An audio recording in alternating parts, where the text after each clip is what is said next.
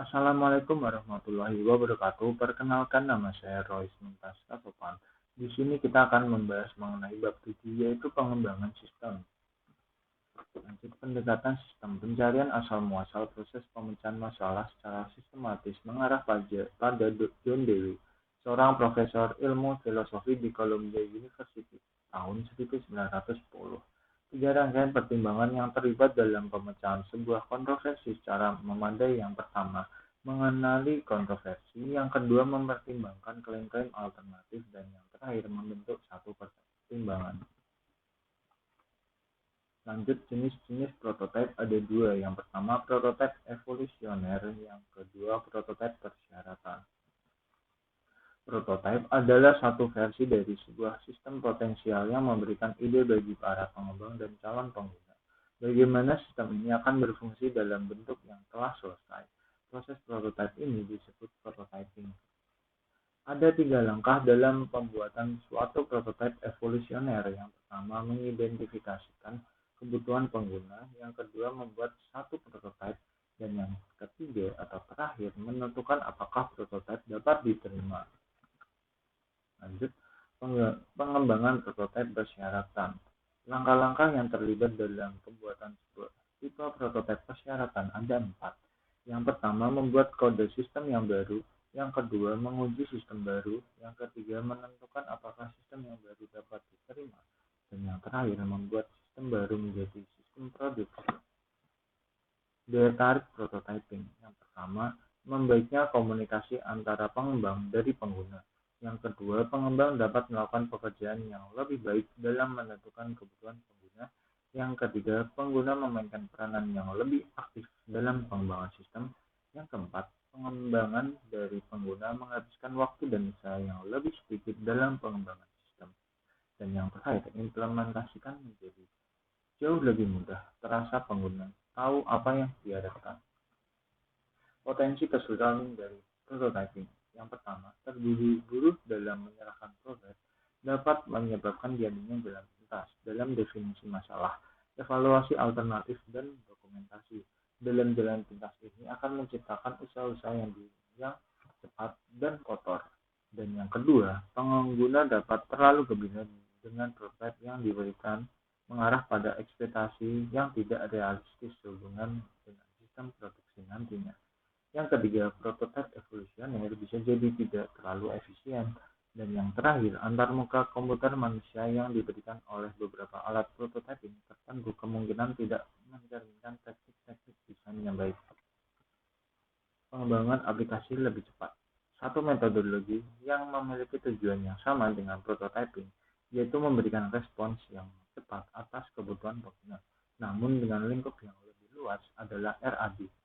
Istilah RAD dari Rapid Application Development atau pengembangan aplikasi cepat diperkenalkan oleh konsultan komputer dan penulis James Martin. RAD adalah kumpulan strategi, metodologi, dan alat terintegrasi yang terdapat di dalam suatu kerangka kerja yang disebut rekayasa informasi. Rekayasa informasi adalah nama yang diberikan Martin kepada keseluruhan pendekatan pengembangan sistemnya yang ia perlakukan sebagai suatu aktivitas perusahaan secara menyeluruh. Lanjut, unsur-unsur penting RAD. Ada 4. Yang pertama, manajemen. Yang kedua, orang. Yang ketiga, metodologi. Dan yang terakhir, alat-alat. Pengembangan berfase. Satu, metodologi pengembangan sistem yang dewasa ini digunakan oleh banyak perusahaan adalah kombinasi dari SDLC tradisional, prototyping, dan RAD dengan mengambil fitur-fitur yang terbaik dari masing-masing metodologi. Tahap-tahap pengembangan berfase. Yang pertama, investigasi awal, menganalisis dengan tujuan untuk mempelajari tentang organisasi dengan masalah sistemnya, mendefinisikan tujuan, hambatan, risiko, dan ruang lingkup sistem baru. Pemodelan proses. Pertama kali dilakukan dengan menggunakan diagram alur atau flow chart. Diagram ini mengilustrasikan aliran data melalui sistem dan program. International Organization for Standardization atau ISO menciptakan standar untuk bentuk-bentuk simbol flow chart, memastikan pengguna di seluruh dunia ketika diagram alur data dengan 4 simbolnya muncul pada akhir tahun 1980-an. Minat akan penerapannya pun muncul dengan seketika. Istilah terminator seringkali dipergunakan untuk menyatakan unsur-unsur lingkungan karena menunjukkan titik-titik di mana sistem berakhir. Suatu terminator dapat berupa yang pertama, orang, seperti seorang manajer yang menerima laporan dari sistem. Organisasi seperti departemen lain dalam perusahaan atau perusahaan lain. Dan yang ketiga, sistem lain yang memiliki antarmuka dengan sistem.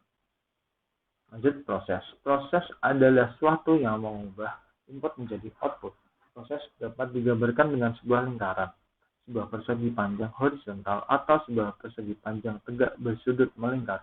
Masing-masing simbol proses diidentifikasikan dengan sebuah label. Arus data terdiri dari atas sekumpulan unsur-unsur data yang berhubungan secara logis, yang bergerak dari satu titik atau proses ke titik atau proses yang lain. Simbol panah digunakan untuk menggambarkan arus ini dan dapat digambar dengan menggunakan garis lurus maupun melingkar. Penyimpanan data. Ketika kita perlu menyimpan data karena suatu alasan tertentu, maka kita akan menggunakan penyimpanan data. Dalam terminologi BFD, penyimpanan data adalah suatu gudang data. BFD mengilustrasikan sebuah sistem yang dapat dipergunakan oleh perusahaan untuk menghitung komisi bagi para agen penjualnya. Di sini, terminator digambarkan dengan kotak proses, dengan kotak tegak bersudut tumpul, arus data dengan garis lurus, dan penyimpangan data dengan kotak berujung terbuka.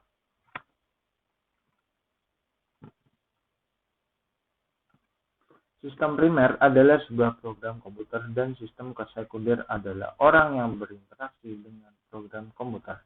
Dialog biasanya terdiri atas tindakan-tindakan yang diambil oleh para partisipan, seperti yang dilakukan oleh seorang operator entry data dan sistem komputer. Sistem memverifikasi kata sandi atau menolak entry. Operasi entry data memasukkan data pesanan penjualan ke dalam stasiun kerja. Data pesanan meliputi yang pertama nomor pelanggan, nomor barang, dan jumlah barang. Program entry pesanan mengakses file induk untuk memverifikasi keakuratan nomor pelanggan, nomor barang. Ketika nomor tidak dapat diverifikasi dengan benar, program akan menampilkan suatu pesan kesalahan dan meminta operator memasukkan ulang informasi. Kapan pengguna diagram arus data dan kasus penggunaan seringkali dibuat selama tahap investigasi awal dan analisis dari metodologi pengembangan berfase. BFD mengilustrasikan suatu tinjauan atas pemrosesan dan kasus penggunaan memberikan detailnya. Biasanya dibutuhkan beberapa kasus penggunaan untuk mendukung suatu diagram angka 0. Steering Committee SIM menjalankan 3 fungsi utama. Yang pertama, menciptakan kebijakan. Yang kedua, melakukan pengendalian fiskal. Dan yang terakhir, menyelesaikan perselisihan. Kepemimpinan proyek. Steering Committee SIM jarang ikut terlibat langsung dalam detail pekerjaan. Tanggung jawab jatuh ke tangan tim proyek. Tim proyek meliputi semua orang yang ikut berpartisipasi dalam pengembangan sistem informasi. Satu tim dapat memiliki anggota hingga seluruh tim yang terdiri atas gabungan beberapa orang pengguna, spesialis informasi, dan mungkin auditor internal. Auditor akan memastikan bahwa desain sistem telah memenuhi beberapa persyaratan tertentu dilihat dari segi keakuratan, pengendalian, keamanan, dan auditabilitas. Input pengestimasian biaya. Sebuah work breakdown structure atau WBS mengidentifikasi aktivitas-aktivitas proyek yang akan membutuhkan sumber daya, kebutuhan sumber daya atau resource requirement, mencantumkan sumber daya tertentu yang akan dibutuhkan dalam beberapa jumlahnya. Tarif sumber daya atau resource rates adalah biaya per unit untuk setiap jenis sumber daya. Lanjut, estimasi durasi aktivitas menyebutkan periode pekerjaan yang dibutuhkan untuk menyelesaikan aktivitas. Informasi historis terdiri atas file-file dari data proyek masa lalu, basis data pengestimasian biaya komersial, dan pengetahuan tim proyek. Alat-alat dan teknik estimasi biaya. Estimasi analogis menggunakan biaya aktual proyek-proyek serupa yang telah dilakukan di masa lalu sebagai dasar untuk memproyeksikan biaya dari proyek yang sedang dipertimbangkan. Teknik ini digunakan ketika hanya terdapat sedikit informasi lain yang tersedia. Estimasi dari bawah ke atas. dimulai dengan detail, seperti aktivitas di dalam grafik game, lalu mengalihkan dengan di data biaya seperti tarif per jam untuk karyawan. Untuk menghasilkan estimasi biaya proyek, alat-alat terkomputerisasi dapat digunakan secara terpisah atau untuk menyederhanakan alat-alat yang baru saja diuraikan. Satu sumber bagi alat-alat terkomputerisasi adalah www.construct.com.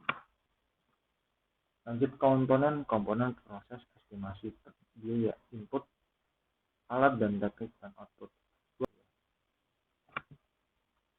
Sekian presentasi dari saya, kurang lebihnya mohon maaf. Wassalamualaikum warahmatullahi wabarakatuh. Jangan lupa subscribe ya. Matur nuwun.